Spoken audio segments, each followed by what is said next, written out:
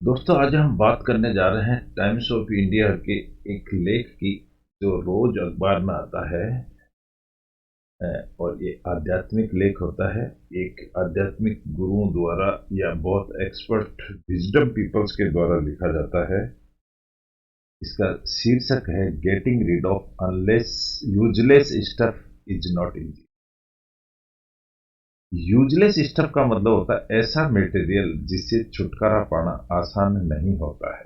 यानी कि कुछ चीजें नहीं चाहते हुए भी हमारी जिंदगी में लागू रहती हैं। उसके बारे में एक लेख है। इसको लिखने वाली है मिस्टर नारायणी गणेश, जो times of India the speaking tree की चीफ एडिटर भी हैं और बहुत एक्सपर्ट होशियार लेडी हैं।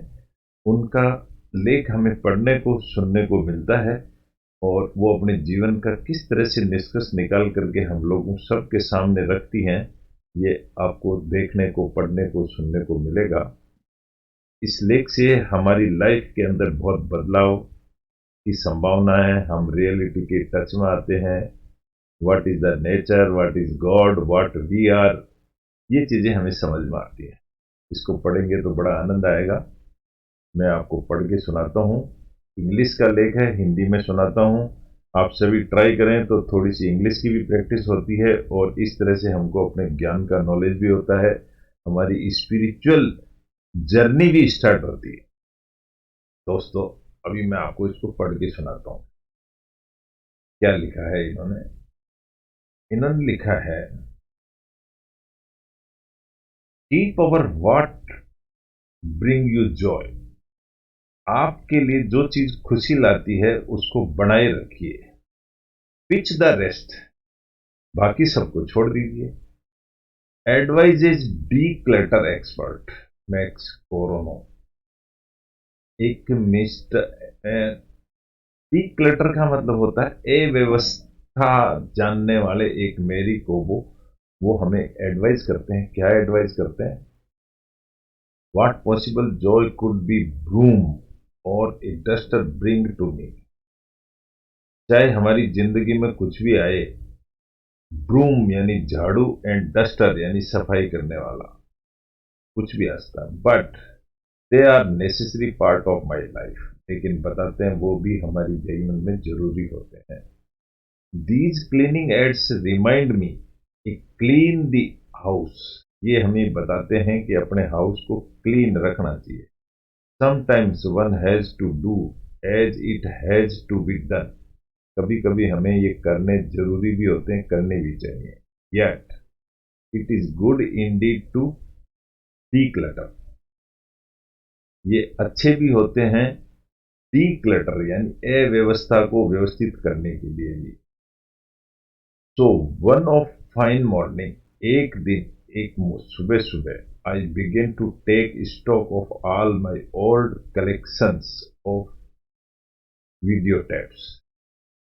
मैंने देखा कि मेरे पुराने वीडियो टेप्स पड़े हुए हैं। Compact disc, cassettes, recordings and VCR that were just collecting just dust और ऑक्यूपाइंग वैल्यूएबल स्पेस, जिन्होंने बड़ी इंपॉर्टेंट जगह घेरी हुई थी और मेरे कमरे में पड़े हुए थे।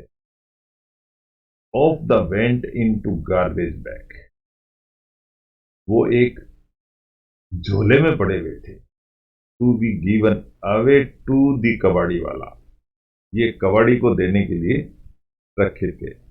So too books that were left unread for long, ऐसी किताबें भी थी जो मैंने कभी पढ़ी नहीं, but not without a tingle of sadness,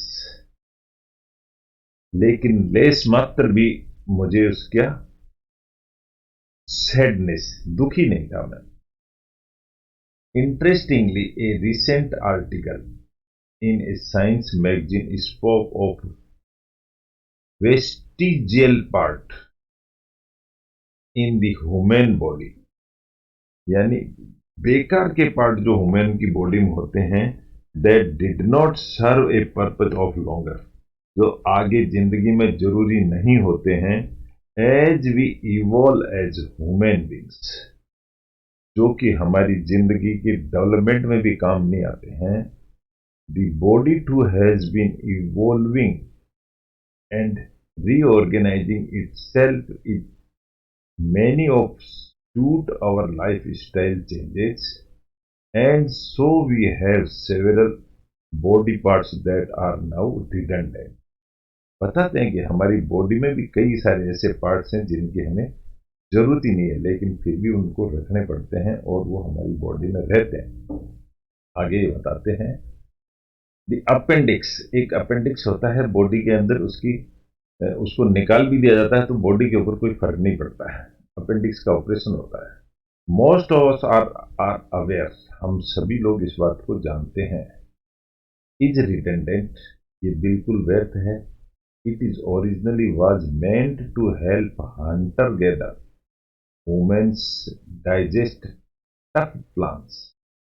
जैसे हम कोई चीज ज्यादा खा लेते हैं या खट्टी चीजें खा लेते हैं, तो उन लोग उन चीजों को मीट खा लेते हैं. And roots millions of years एगो.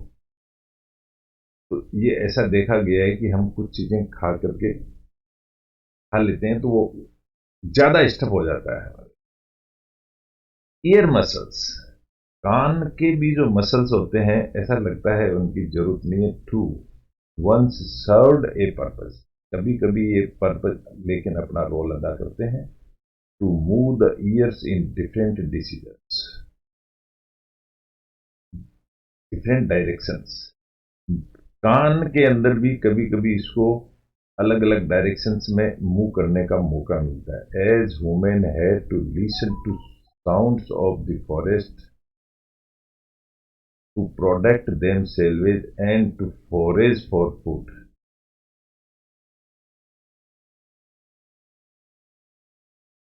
फोरेज और फूड का मतलब होता है खाना आदमी का. आदमी कभी कभी अपने आप को ज्यादा खाने से भी बचाता है. Sinuses that once held as with a keen sense of smell, नाक से भी जो गंध हमें मिलती है साइनसेस, उससे भी हम कई बार बचते हैं. आर नाउ प्रैक्टिकली रिडंडेंट, कई चीजें व्यर्थ होती हैं जिससे हम बचते हैं. सर्विंग नो स्पेशल पर्पज, किसी किसी चीज की कोई स्पेशल पर्पज नहीं होता है. तो टू दी टेल बोन, जैसे पहले बंदरों के टेल बोन हुआ करती थी. That was once extended to form a tail that helped us leap through branches on trees. तो ये टेल होती थी पहले ब्रांचेस ऑफ ट्री की तरह हमारी भी बढ़ती रहती थी. End of course wisdom teeth, wisdom teeth होती है जिसको कौन सी दाढ़ बोलते हैं, जो हमारे टीथ में होती, दांतों में पीछे ही पीछे, अक्ल दाढ़ बोलते हैं उसको. Once valuable when we had large jaws and ate tough food that needs sharp teeth for mastication. तो जब कभी हमारे को कोई चीज चबानी होती थी तो वो दाढ़ भी काम आया करती थी. आर यूजुअली रिमूव्ड, अब लेकिन आजकल उसको रिमूव कर दिया जाता है. Since we now have smaller jaws and wisdom teeth can crowd the space. अब जो वो अक्ल दाढ़ होती है वो हमें ऐसा लगती है कि ये हमारे दांतों के बीच में बेकार की चीज है, इसलिए लोग निकलवा देते हैं. All these biological vestigial parts, इस तरह के जो व्यर्थ पार्ट हैं, हैव बिकम रिडंडेंट, व्यर्थ हो चुके हैं in an organic fashion during the course of our evolution. आजकल की डेवलपमेंट की लाइफ के अंदर ये चीजें बेकार हो चुकी हैं और आजकल के लोग इनको पसंद नहीं करते हैं. So we really did not play an active role in getting rid of them, लेकिन फिर भी हम उनको निकलवाते नहीं हैं, वो हमारी बॉडी के साथ जुड़े रहते हैं. This is not, however, the case with our material possessions and with our mental baggages. वो हमारे दिमाग में कितना बोझ लिए पड़े रहते हैं, या वो हमारी कितनी जगह चीज़ें जो व्यर्थ चीज़ें होती हैं हमारे घर में कितनी जगह घेरते हैं, उसकी हम परवाह करे बिना भी इनको हम अपने साथ लगाए रखते हैं। We have to make the decision to detach ourselves from these no, now become extra acquisitions that really no longer serve any purpose. अभी इस समय उनकी कोई खास जरूरत नहीं है. If they do, it is only in negative ways. अगर वो कुछ करती हैं तो उनका रिजल्ट भी अच्छा नहीं निकलता, नेगेटिव वेज. क्लटरिंग का मतलब अव्यवस्था, your home and work place. आप डिस्टर्बेंस होता है ना ऑफिस एंड घर में. Taking up space and collecting dust. अगर हम डस्ट भी घर में कलेक्ट करके रहते हैं तो बेकार है. एज फॉर मेंटल बैगेज, ऐसे ही दिमाग में भी कोई फालतू की चीजें लेके बैठ जाएंगे तो भी बेकार है. It wears down with past negative memories. जैसे हमारी पुरानी कोई बैड मेमोरीज हो, उनको अगर हम लेके बैठे रहेंगे तो वो व्यर्थ है. ग्रजेज, ईर्ष्या करना भी गलत है. And regrets that we are loath to let go of. कई सारी ऐसी चीजें होती हैं जिनसे हम घृणा करते हैं और उनको अपने दिमाग में बैठा रहते हैं, नहीं रखना चाहिए. Holding stuff is a terrible habit. इस तरह से अपने दिमाग को भरे रखना या घर को कचरे से भरे रखना गलत है, both in material as well as mental terms. चाहे वो मेटेरियल हो, चाहे हमारे दिमाग के अंदर भरा हुआ ऐसी बातें हों. You hold things that hold sentimental value. ऐसी चीजें इकट्ठी करो जो हमारे लिए सेंटिमेंटल, बड़े काम की, बहुत अच्छी हों, जो नैतिकता की हों. That come as gifts. जैसे कोई गिफ्ट्स आती हैं. that you bought on a whim, that you paid a lot for.